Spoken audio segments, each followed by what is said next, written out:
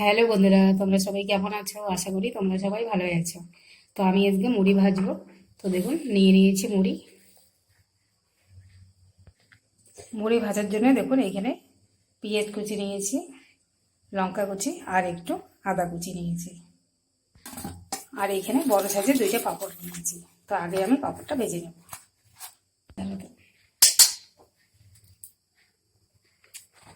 আমি পাঁপড়টা ভেজে নিচ্ছি। দেখুন তেল দিয়েছি, সরিষার তেল গরম হয়ে গেছে, পাঁপড়টা ভেজে নেব।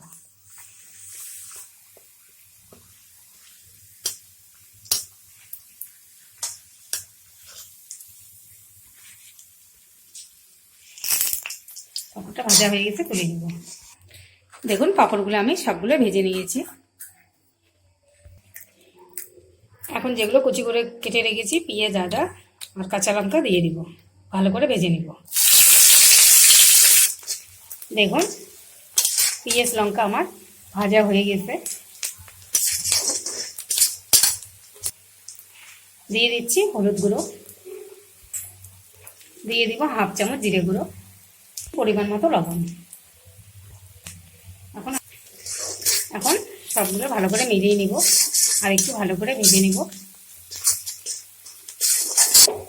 সবগুলো আমার ভালো করে ভাজা হয়ে গেছে। আমি এখন মুড়িতে ঢেলে দিব।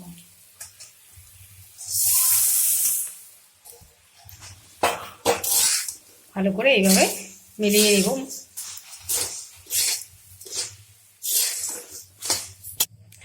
দেখুন ভালো করে মিলিয়ে নিয়েছি। মুড়িটা আমার ভালো করে ভাজা হয়ে গেছে। আমি এখন একটু লঙ্কার গুঁড়ো দিয়ে দিব, হাফ চামচ লঙ্কার গুঁড়ো দিয়ে দিব। দেখুন মুড়িটা ভালো করে ভাজা হয়ে গেছে। আমি এখন নামিয়ে দেব। আপনারা এখানে ডিমও দিতে পারেন, আমি ডিম দিলাম না।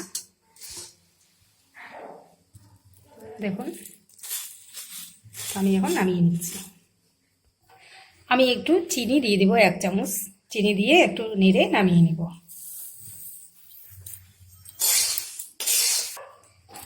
দেখুন আমি একটা গামলায় নিয়ে নিয়েছি। আমি একটু পাঁপড় ভেঙে দিব।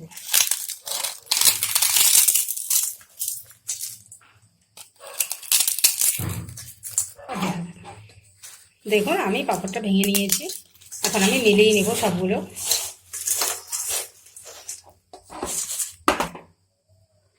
দেখুন আমি একটু ধনেপাতা নিয়েছি কুচি করে, ধনেপাতাটা দিয়ে দিব।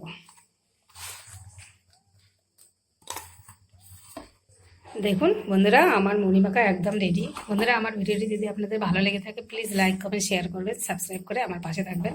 দেখুন মুড়ি মাখাটা একদম রেডি হয়ে গেছে। আপনারা এইভাবে বানাবেন সন্ধ্যার টিফিনে, চা দিয়ে ভালো লাগবে খেতে।